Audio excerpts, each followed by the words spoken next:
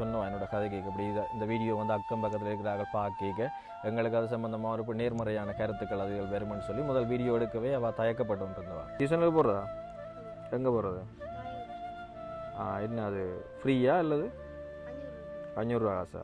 இங்கேருந்து கிளிநொச்சிக்கு போய் அங்கே அந்த சோபா செட் தைக்கிற ஒரு கடையில் வந்து வேலை செய்து கொண்டு இருக்கிறா. அப்போ அங்கே வந்து மளிக்கடையில் ஓடர் எடுத்து கொண்டு வந்தால் நான் தச்சு போட்டு அவைகிட்ட கொண்டு பிஸ்னஸ் மாதிரி நான் இங்கே தச்சு போட்டு அங்கே ஒரு வெளியே போட்டு நான் கொடுக்கலாம் தானே. டொய்லெட் எங்கே நீங்கள் பாவிக்கிறீங்க? நாங்கள் அயலுக்கு தான் போகிறோம். நாங்கள் பக்கத்தில் அயலுக்கு தான் போகிறது.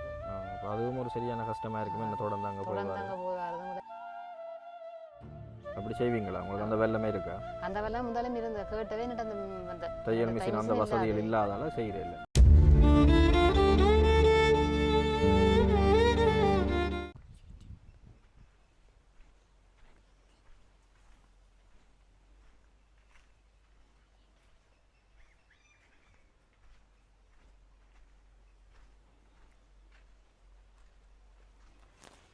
வணக்கம் அக்கா.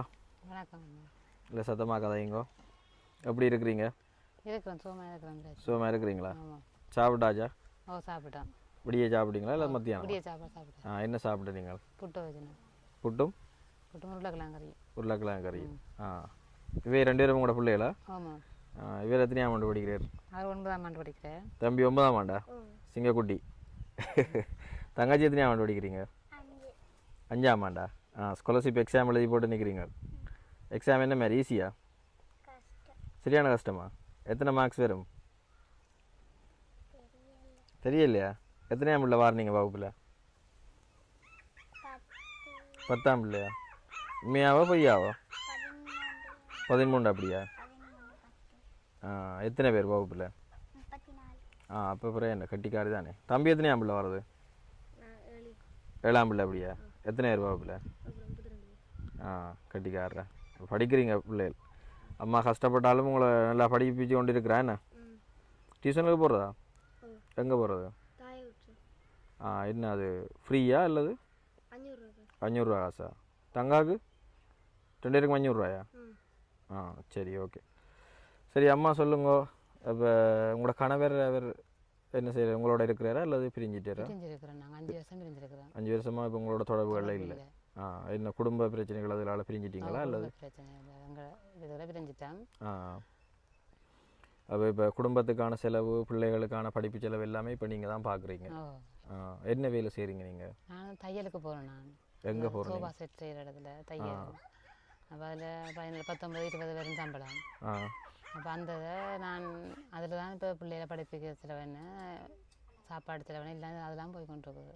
அங்கே பெஞ்சே இருந்து நீங்கள் கிளிநொச்சிக்கு போகணும் டவுனுக்கு. டவுனுக்கு போய் தான் கடமை பிடிக்க போய் பின்னேரம் பாருது.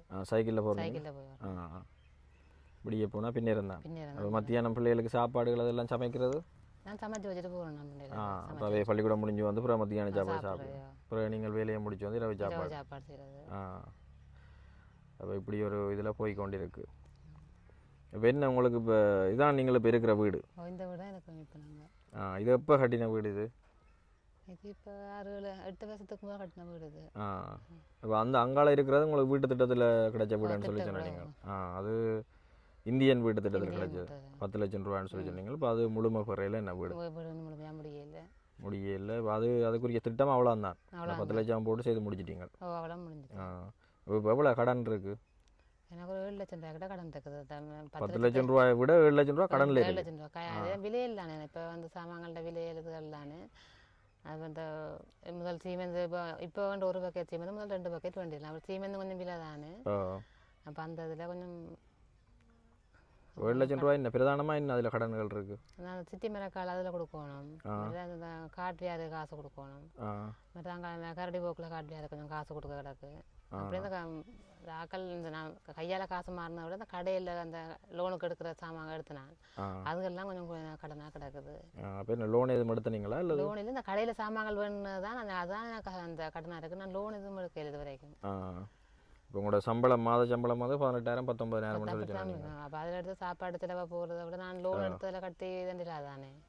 அப்போ என்ன நம்பிக்கையில் அப்போ அந்த 7 லட்சம் ரூபான்ற கடனை வந்து வேண்டினீங்களே? ஏதோ கட்டலாம்ன்ற ஒரு நம்பிக்கையில் நான் வேண்டியிருக்கேன். வீட்டு திட்டம் வந்துட்டது, வீடுன்றது கட்டாயம் வேணும் தானே. வந்ததில் எடுத்தேன் நான்.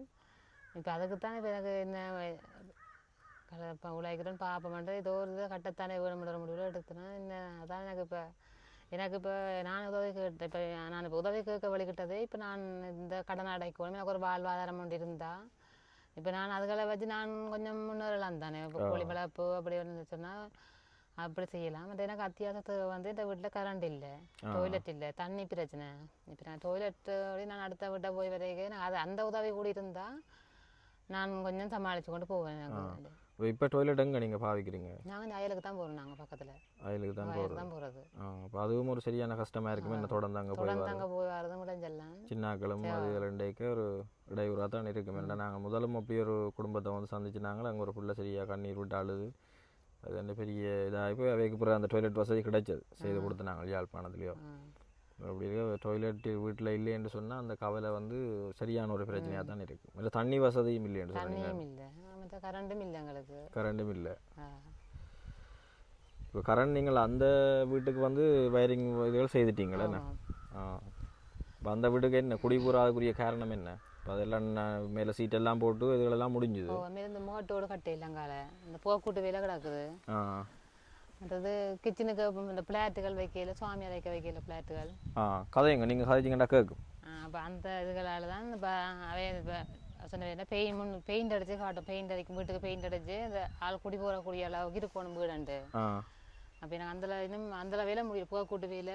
சுவாமி அரைக்க பிளாட் வைக்கணும், கிச்சனுக்கு பிளாட் வச்சு அதில் அந்த வேலை முடிஞ்சால் தான் குடி பூரலாம். அதில் போகலாம். மற்ற இந்த வீட்டில் உங்களுக்கு இப்போ ஒழுக்குகள் அப்படி என்ற பிரச்சனை இல்லை தானே? என்ன இது அந்த பின்னு அந்த அங்காளி இஞ்சாலி பக்கம் படுக்கிற இடம் ஃபுல்லாக அவளுக்கு தான் தூவானம் எத்துறது. அப்போ இதை சமாளிச்சு கொண்டு போகிறோம். இப்போ என்னென்னா இப்போ இதுக்கு அந்த வீட்டை முடிக்கிறதுக்கு இன்னும் உங்களுக்கு எவ்வளோ வேலைகள் இருக்குது? எனக்கு போக்கூட்டு வேலையை முடிஞ்சோன்னா நமக்கு கிச்சனுக்கு பிளாட் வச்சு சுவாமி வரைக்கும் பிளாட் வைக்கணும் வச்சு இந்த பெயிண்ட் அடிச்சு விட்டா சரி வளம் தான் வேலை அதில். அதெல்லாம் செய்து முடிச்சா தான் போயிருப்பேன்றீங்க. அதுக்கு முதல் போயிருக்கக்கூடாது. என்ன ஜிஎஸ்என் அப்படி சொல்லியிருக்கு.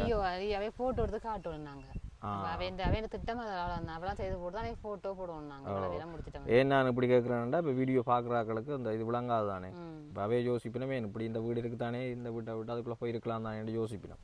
அப்போ அந்த கேள்விக்கு விட உங்கள்கிட்ட இருந்து கிடைக்கணுன்றதுக்காக தான் நான் அப்படி கேட்டது. அப்போ அது உங்களை ஜிஎஸ்ஆல் அப்படி ஒரு அவை வந்து பாப்பினமோ அதை செய்து முடிச்சா அப்புறம் நீங்கள் உள்ளுக்குள்ளே இருந்து உங்களோட தொடங்கலாம். என்ன அந்த ஒரு விஷயம் இருக்குது. அது பெரிய செலவுகள் இல்லை, ஆனால் அதை கொஞ்சம் முடிக்கணும் பண்ணுறீங்களா? ஃப்ளாட்டுகள் போட்டு தண்டி முடிச்சு அவை ஃபோட்டோ எடுத்து காட்டணும். அவை ஓகே பண்ணிட்டா சரி நாங்கள் அந்த வீட்டை போயிருந்துடலாம். சரி, அப்போ என்னென்றால் இப்போ உங்களுக்கு இப்போ வாழ்வாதாரங்கள் செய்யலாம்னு சொல்லி என்னோட காய்ச்சிருந்தேன். நீங்கள் என்ன வாழ்வாதாரம் செய்யலாம்னு நினைக்கிறீங்க? எனக்கு கோழி வளர்ப்பு வேண்டாம், எனக்கு பிரச்சனை இல்லை. கோழி வளர்க்குறது கூடி இருக்கா உங்கள்கிட்ட? சின்ன கூடி இருக்குது. இந்த கூடை இதா கூடு? இந்த கூடு தான். இதில் இப்போ எத்தனை கோழி வளர்க்கலாம்? ஒரு 25 கோழி வளர்க்கலாம். 25 கோழி வளர்க்கலாம் அதில். இப்போ எத்தனை கோழி இருக்குது? நிற்கிது 3 கோழி நிற்கிது இப்போ. இப்போ அது கோழி வளர்த்தா இன்னும் அதில் என்ன எப்படி நீங்கள் வருமானம் எடுக்கக்கூடிய மாதிரி இருக்குது? நான் கோழி என்ன முட்டையை கொடுத்து அப்புறம் அதில் அடை வச்சு தாண்டி இன்னும் கொஞ்சம் பெருக்கலாம். கொஞ்சம் அடை வச்சு விற்கக்கூடிய மாதிரி இருக்கும் தானே. ஆமாம். அப்போ இப்போ கூடு நாங்கள் பெரிய அளவில் போட்டு ஒரு முதல்ல போடாமல் இப்போ இதுக்குள்ள ஒரு இன்னொரு 15-20 கோழியை விட்டு இதாக்கினாலும் நீங்கள் அதை பெருக்கலாம்னு சொல்லி சொல்கிறீங்க. என்ன அப்படின்னா கோழி கொஞ்சம் அதை முட்டையோட அடைய வச்சு தாண்டி கோழியை பெருக்கலாம் தான். ஆமாம் ஆமாம். அப்படி ஒரு விஷயம் இருக்குது. மற்ற அந்த தையல் சம்மந்தமாக என்ன சொல்லியிருந்தீங்களா? என்ன உங்களுக்கு அந்த தைக்கிறதுல அனுபவங்கள் இருக்கா? நான் தைச்சேன், நம்ம தான் தைக்கிறேன். நான் முதல்ல கடையில் போய் தைச்சேன். தான் இப்போ என்னோட சொந்தமாக மிஷின் இல்லை. மிஷின் இருந்தால் நான் எந்த வீட்டு மிஷினை போட்டு நான் தைக்கக்கூடிய இது இருக்குது எனக்கு. எனக்கு அப்படி ஒரு வாழ்வாதாரம் கிடைச்சா கூட எனக்கு ஓகே. அப்படின்னா என்னென்னா இப்போ உங்களுக்கு தையல் மிஷினும் வாங்கி தந்து இப்போ தைக்கிறதுக்குரிய ஏதாவது நூல் கட்டைகள், கத்தரிக்கோள்கள், துணி வகைகள் அப்படியெல்லாம் வாங்கி தந்தா அதை நீங்கள் ஒரு பிஸ்னஸாக இங்கே இதுக்குள்ளே செய்வீங்களான்னு நம்புறீங்களா? நான் செய்வேன். வெளிக்கடையில் ஓடர் எடுத்து கொண்டு வந்தால் நான் தச்சு போட்டு அவைகிட்ட கொண்டு பிஸ்னஸ் மாதிரி நான் இங்கே தச்சு போட்டு அங்கே ஒரு வெளியே போட்டு நான் கொடுக்கலாம் தானே. அப்படி செய்வீங்களா? உங்களுக்கு அந்த வெள்ளமே இருக்கா? அந்த வெள்ளம் முதலும் இருந்து கேட்டவே அந்த தையல் மிஷின் அந்த வசதிகள் இல்லாதால செய்கிறேன். அந்த யூனிஃபார்ம்கள் தைக்க கேட்டவே தச்சு கொண்டு தாங்க பின்ன ஒரு ரேட்டை போட்டு தாங்க நாங்கள் எடுக்கிற மாட்டோம். டெய்லி எடுத்து கூட எடுப்போம்ட்டு அப்படி எடுக்கிறதுக்கு நான் அதுக்கு என்னட்ட நான் வேறு ஒரு ஆள் மிஷினில் போய் நான் தச்சு தண்டி அப்படி செய்யலாதானே. அப்போ அதால் என்னட்ட மிஷின் இல்லாததால தான் நான் அப்படி ஒரு இதுக்கு நான் ஓம்பட்டு வேலை இல்லை. அப்படி ஒரு எனக்கு மிஷினோட கிடச்சி தண்டி வருமா இருந்தால் நான் அப்படி ஒரு வேலையை நான் செய்வீங்க. ரெண்டா இப்போ நாங்கள் சில பேருக்கு இந்த தையல் மிஷின் அந்த இதுகள் வந்து கொடுத்துருக்குறோம். அதை விட சில பேர் வந்து கொடுத்துருக்குறாங்க. இப்போ எங்களுக்கு தெரிஞ்சும் ரெண்டா சில பேர் அந்த என்னென்னா தங்களுக்கு இப்போ அந்த ஒன்று கிடைச்சாலே போதுமன்ற மாதிரி அதை வச்சு செய்வோமா இல்லையான்றதை தாண்டி அதை எப்படியாவது வாரம்ண்டா வேண்டி எடுத்துருவோம். ரெண்டா அந்த தையல் மிஷின்கள் ஒரு 1.5 லட்சம் 20 லட்சம் சொல்லி இருக்கும். அதுகளை வேண்டி கொடுத்தா அது வீடுகளுக்கு வச்சு போட்டு சும்மா இருப்பினோம் வேலைகளை செய்யாமல். அப்போ அப்படி ஒரு இது இல்லாமல் நீங்கள் அதை இப்போ உங்களை தந்தால் அதை பிரியோசனமாக பயன்படுத்தி செய்வீங்கன்னு நீங்கள் சொல்கிறீங்க. பகலில் கோழி மாதிரி ஒரு 10 வெள்ளச்சட்டை தச்சு கொடுத்தா கூட எனக்கு ஓகே தானே, காணும் தானே. பிள்ளைகளையும் பார்த்த மாதிரி பேர் நான் தச்சு போட்டு ஆர்டர் டெய்லி எடுத்துனா ஒரு கடையில் கொண்டு அப்படியே டெய்லி ஆர்டர் பண்ணி விட்டா அதை எடுக்கக்கூடிய மாதிரி இருக்கும். ஆமாம். உங்களுக்கு எத்தனை வயசாக்கா? எனக்கு 38 வயசு. 38 வயசு. இப்போ நீங்கள் நீண்ட காலத்துக்கு அந்த இதுகளை வந்து செய்யலாம்னு சொல்லி நினைக்கிறேன். என்ன சரி பார்ப்போம். ரைட். வணக்கம் உறவுகளே. வண்டி நண்பன் யூடியூப் தளமூடாக மற்றும் ஒரு காணொலியில் வந்து சந்திப்பதில் வந்து மகிழ்ச்சி. அதன்படி இன்றை பார்த்தீங்கன்னு சொன்னால் நாங்கள் கிளிநொச்சி மாவட்டத்தில் இருக்கக்கூடிய கொஞ்சம் கிட்ட வாங்க முடியும் கிளிநொச்சி மாவட்டத்தில் இருக்கக்கூடிய வட்டக்கச்சி என்ற இடத்துக்கு தான் வந்திருக்கிறோம். அதன்படி இன்றைய தினம் இந்த அக்காட வீட்டுக்கு வந்திருந்த நாங்கள் அவை சம்பந்தமாக நான் சுருக்கமாக சில விஷயங்களை வந்து சொல்லலாம்னு நினைக்கிறேன். என்ற அநேகமான விஷயங்கள் அவள் சொல்லியிருக்கிறா. அதன்படி அந்த அக்காவுக்கு வந்து 2 பிள்ளைகள் பார்த்தீங்கன்னா அவை 2 பேருமே படித்து கொண்டிருக்கிறோம்.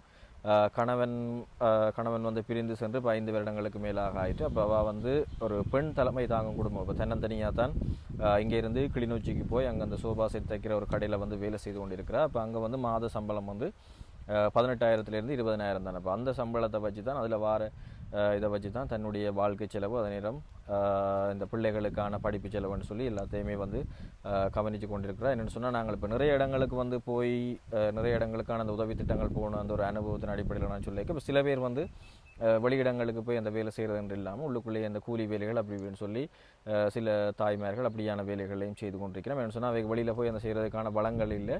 சில நேரம் அதை போய் வெளியில் செய்ய வேலைகளை வந்து விரும்ப மாட்டேன். ஆனால் அப்படி இருக்க இந்த அக்கா வந்து தன்னால் முடிஞ்ச அளவு வந்து இங்கேருந்து சைக்கிளில் அங்கே போய் அந்த வேலையில் வந்து ஒரு 19,000 ரூபா சம்பளத்துக்கு வந்து அங்கே போய் வேலை செய்து அதை இங்கே கொண்டு வந்து தங்களுடைய வாழ்க்கை செலவு வந்து மாதாந்த வாழ்க்கை செலவுகளை வந்து நடத்தி கொண்டிருக்கிறா. இப்போ உங்களுக்கு அந்த கியூஆர் காசு அப்படி எதுவும் கிடைக்கிறதா?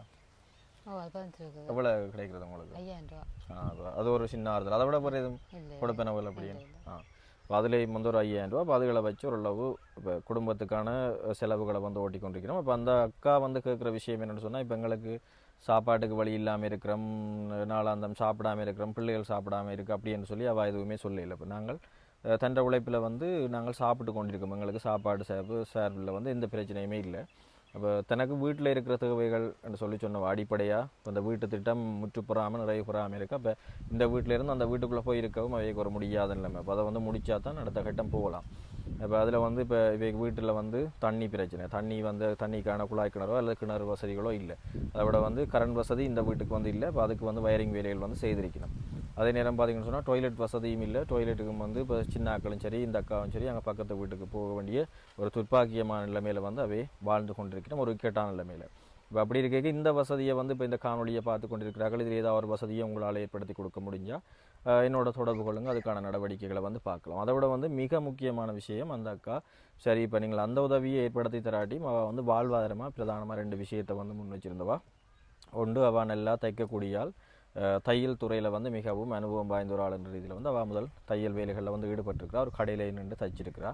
இப்போ தனக்கு ஒரு தையல் மிஷின், அந்த தையல் மிஷின் சார்ந்த இப்போ துணி வகைகளோ அல்லது நூல்கட்டைகளோ இப்போ அப்படியான விஷயங்களை வந்து வாங்கி கொடுத்தா இப்போ இங்கே இருந்தே தான் ஒரு இந்த தையல் சார்ந்த ஒரு தொழில் முயற்சியை வந்து ஏற்படுத்தி அதன் மூலமாக தன்னுடைய வருமானத்தை அதே நேரம் வீட்டு தேவைகளை வந்து பூர்த்தி செய்யலாம்னு சொல்கிறா என்று சொல்லியிருக்கிறா. இப்போ அந்த பிஸ்னஸ் ஐடியாவையும் சொல்லி இந்த கிளிநொச்சி டவுனுக்குள்ளே இருக்கிற அந்த ஓர்டர்கள் எடுத்து தான் இங்கே இருந்து தச்சு அதுகளை வந்து கொடுக்கலாம்னு சொல்லியிருந்தவா. அதை வந்து சும்மா யாராலையும் சொல்லலாது.